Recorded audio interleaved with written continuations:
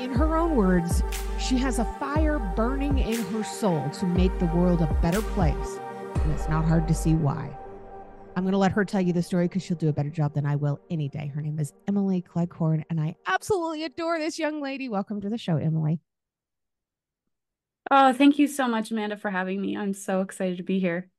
I loved being on your show. So we're going to do a quick plug for your podcast. What's the name of your podcast? So I am the host of the Mamahood After Trauma podcast, and I I just love it. I host different um trauma survivors and healers on my show, and we talk about experience from an authentic and inspiring way, not the way that we like commiserate with each other.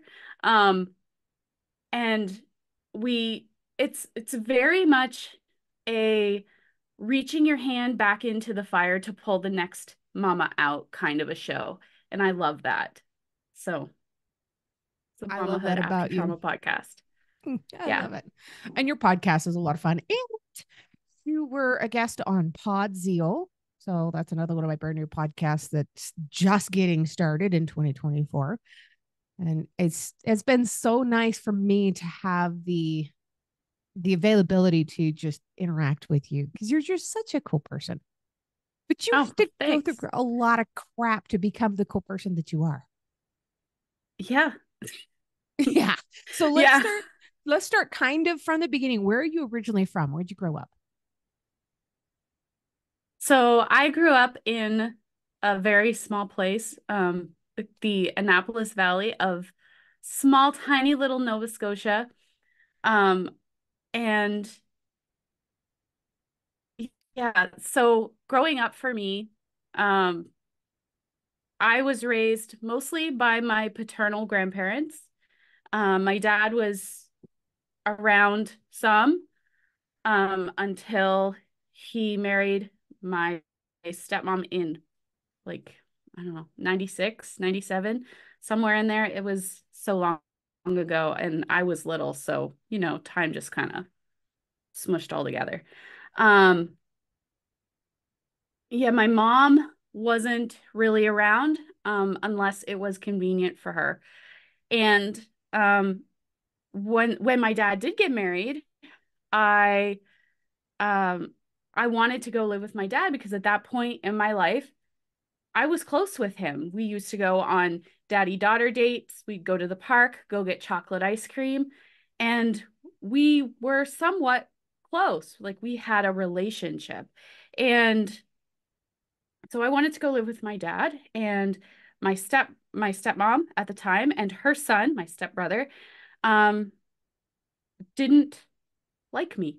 And like I was a 6-year-old little girl, like I did nothing. And they were pretty intent on making my life miserable, making sure that I knew that I wasn't a part of their family. I wasn't worthy of love. Um, and during the 18-ish months that I lived with them, I was abused physically, emotionally, psychologically, sexually, all the ways. I I have one school picture from that time in my life, and I was forced to get a mushroom cut because Oh, yeah, I I was told that I wasn't taking care of my hair, but you were that 6. I was 6. Um and I was skinny. I had dark circles around my eyes. Like you could see my ribs. I was skinny. I was teeny tiny. And um, so I was forced to go away. I wasn't allowed to stay home on weekends. So I was rotated between my grandparents, an aunt, and my biological mom's house. One November Sunday night, I was at my mom's house and she said, "Em, go get your stuff ready and we'll take you home." And something in my little 7-year-old body clicked, and I said, I'm not going back there. I'm going to find a way, and I'm not going back there. So I went in my sister's room, packed up my stuff, and I climbed between her bed and the wall, but I couldn't hide myself well enough there. So I climbed out of there and got under her big wooden 90s desk and sat. I was small enough, I could crouch in the chair hole and put my bag in front of me. And I sat there, and my brother came in looking for me. I didn't say a peep. My sister came in looking for me. I was like radio silent. My mom came in looking for me, didn't say a thing. Eventually, my mom noticed my bag sitting in the chair space of my sister's desk. She moved it, and I was busted. Um, so she goes, "What's going on?" I said, "I'm not going home. I'm not going home." She goes, "Okay, well, now what do I do?" So she gets on the phone. She calls I'm assuming she calls my dad, and he said, "Well, I'll I'll call mom and dad, his parents, and then they deal with things." And I went back to live with my grandparents that night. And uh, through this, I was going to see a child psychologist because my stepmom was intent on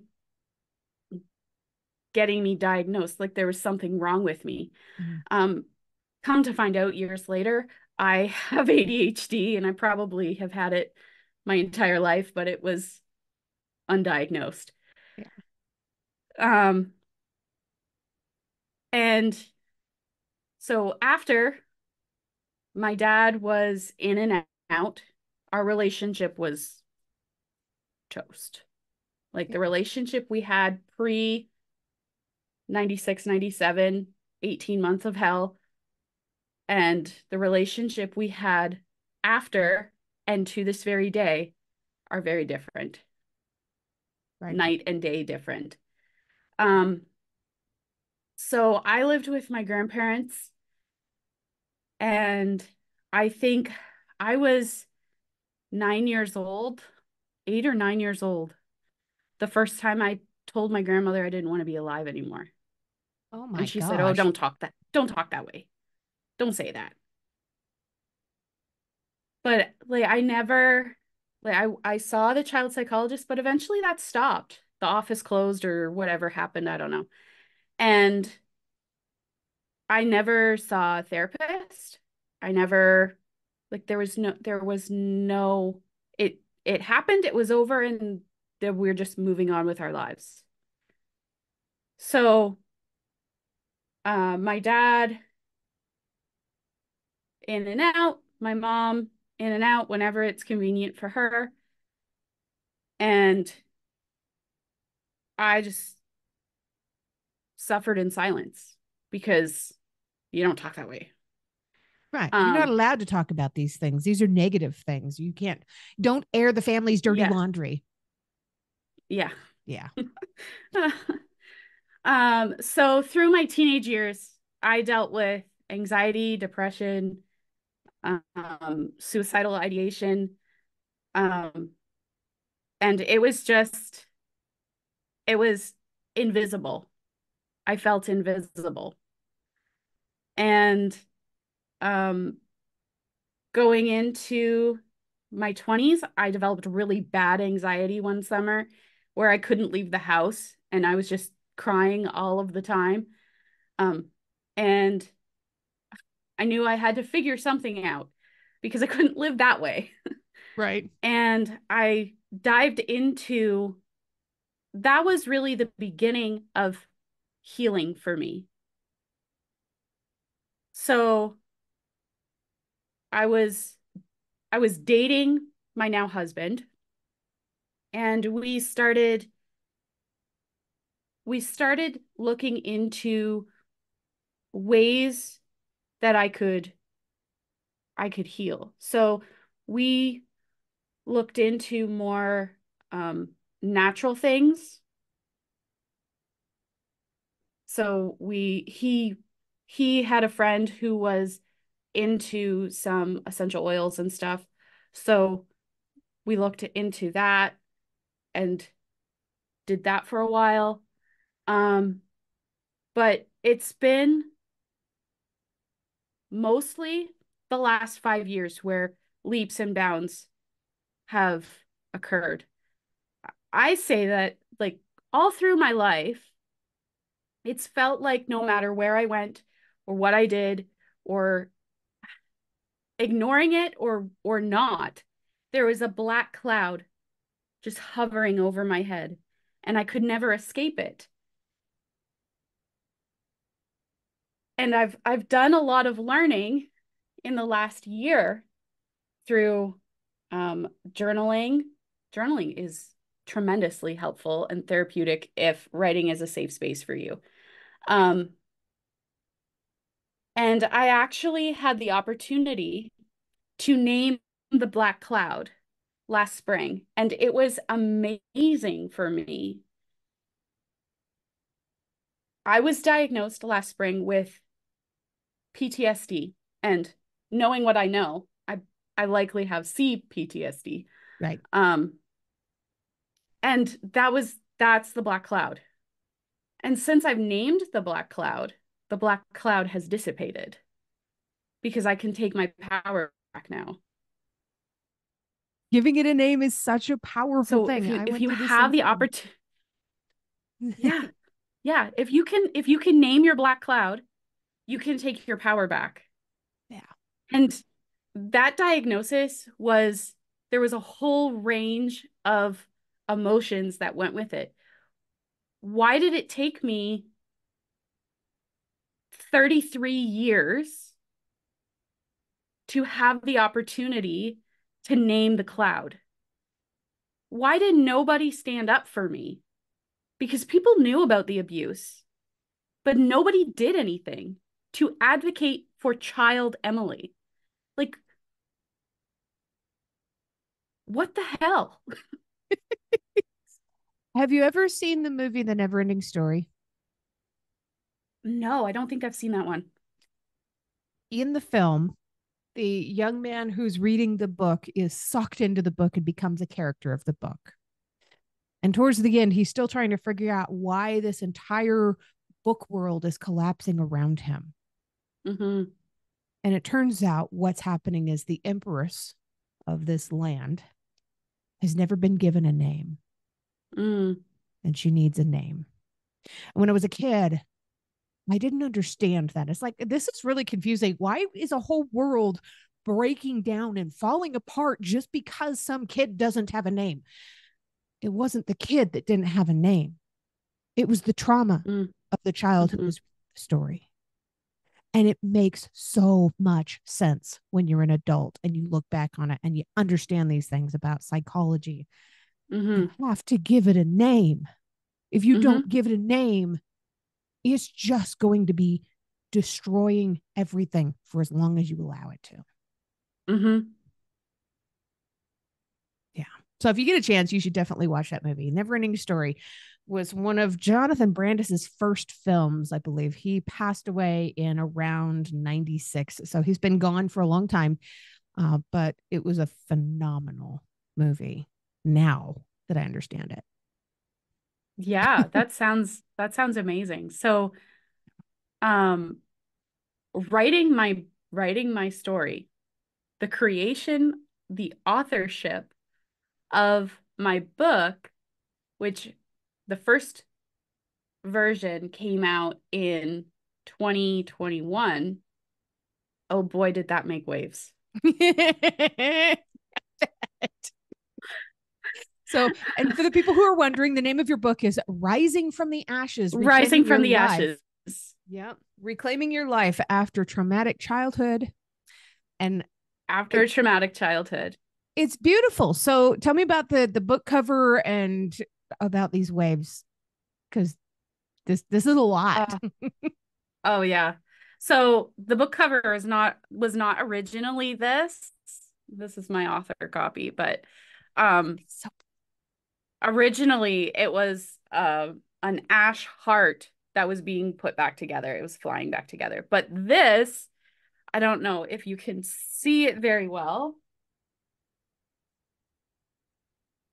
is a person. You can see the figure actually rising out of the ashes. And this cover, it's been an evolution. So between version 1 and version 2, edition 2, um, it's been an entire metamorphosis of healing. So, um, is it okay if I read a little bit? absolutely. I'm ready for you when you are. Awesome. Okay. So this is a snippet from the end of chapter 1. And so here we go. I am here to tell you that whatever trauma you are working to overcome, you have everything you need right inside of you.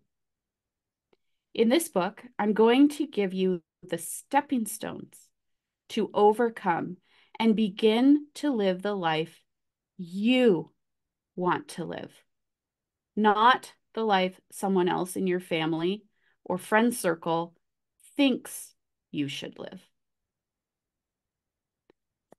So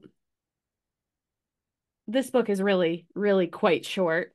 Um, I'm not a woman of a lot of words, like short, sweet, and to the point. Right. So, um, this book is now like 74 pages plus the bonuses and the forward. Um, but I've also created a workbook to go with it. And I started creating the workbook in 2021 when we were driving from Alberta to New Brunswick, where we live now. So, um, and it got put on the back shelf. You know how life gets, it gets busy and things get put on back. Oh, yeah. This workbook is phenomenal if you are looking to reclaim your power and dissipate the black cloud and finally start living your life in accordance to who you were created to be versus who you were told to be in your trauma. Ugh. So many people need this right now. Yeah. We live in a traumatized world. We do. We do. And we don't have enough people that are willing to talk about it quite yet. We still have this holdover from previous generations that believe Mm-hmm. that you can't talk about these things outside of your family. Your family, if they're the ones that hurt you, they're not going to help you heal. No, That's not the way it no, they're works. not. And No. it's not their And responsibility. no, it's not. And chances are that if you bring it up, and they're not ready to move out of the dysfunction, it's going to be a crab in a bucket kind of situation where I don't know if you've ever gone to the beach and put a bunch of crabs in a bucket, but the there's if there's one crab that tries to escape the bucket, the other crabs are working very hard to pull him back down. And Yeah. so they can't escape. And in my experience, my healing has caused a lot of ripples because I was born with the gumption to not hold back. For a long time, I did. For a long time, I didn't understand how messed up I was. Um, Motherhood has revealed so much. Um,